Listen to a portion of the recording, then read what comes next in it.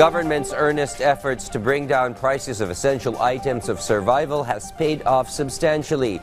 The latest inflation report shows a formidable drop in headline inflation as a result of a slowdown in the rise of the cost of rice, meat, and vegetables. Our Kenneth Paciente fills us in with the details.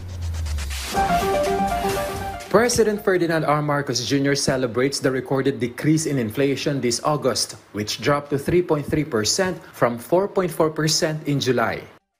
The president stressed that due to the tariff reduction, rice inflation dropped to 14.7% from the previous 20.9%, and meat inflation declined to 4.0%.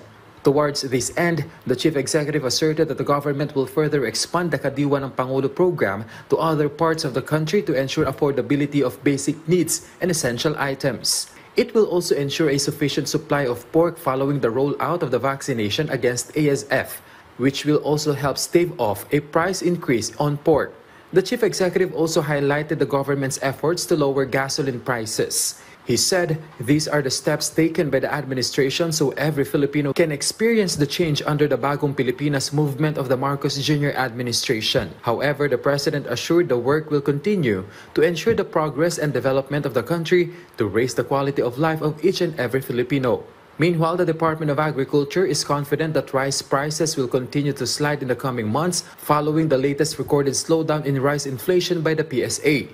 The DA expects to achieve 9% or even lower rice inflation. In October, the impact of Executive Order No. 62, which reduces the tariff on imported rice, will even be more clear and felt.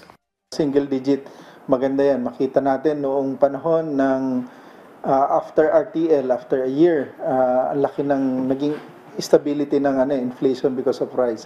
Nasa mga 2 to 4% lang. So hopefully we can reach that level uli in the near future. Kasi yung rice, about 25% ng kabuuang food inflation dahil sa bigas. So kung bababa palalo yung bigas, lalong bababa yung food inflation at malaki yung magiging epekto sa kabuuang inflation numbers. Kenneth Paciente from the National TV Network for a new and better Philippines.